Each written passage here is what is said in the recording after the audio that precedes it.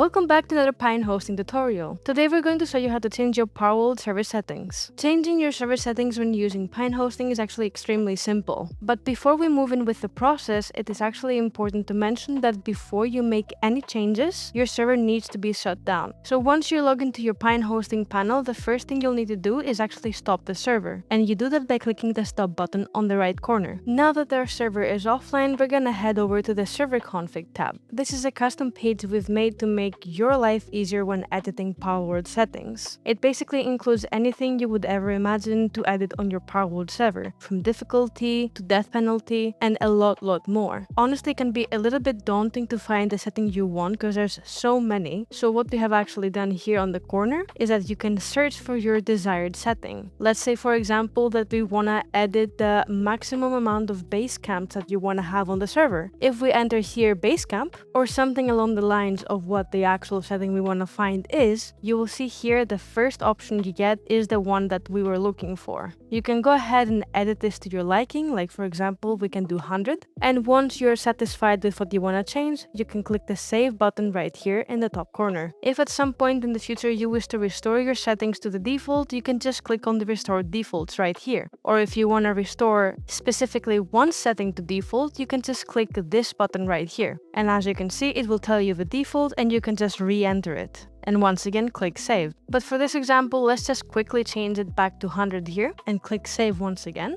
And now to finalize our changes, we're gonna have to start our server again. That means going back to the server console here and then click on start. And just like that, our server is now up and running with the config changes we made. To also confirm that the changes have been made server side, if you head back over to the server config here and we once again search for base camp, which is the setting that we changed, you will see here that it has not gone back to default, which means that the actual setting in the config has changed. If for whatever reason the changes have not been applied, it would have went back to the default. So that's how you know, and if you need any further assistance, feel free to reach out to our support team. We're always happy to help.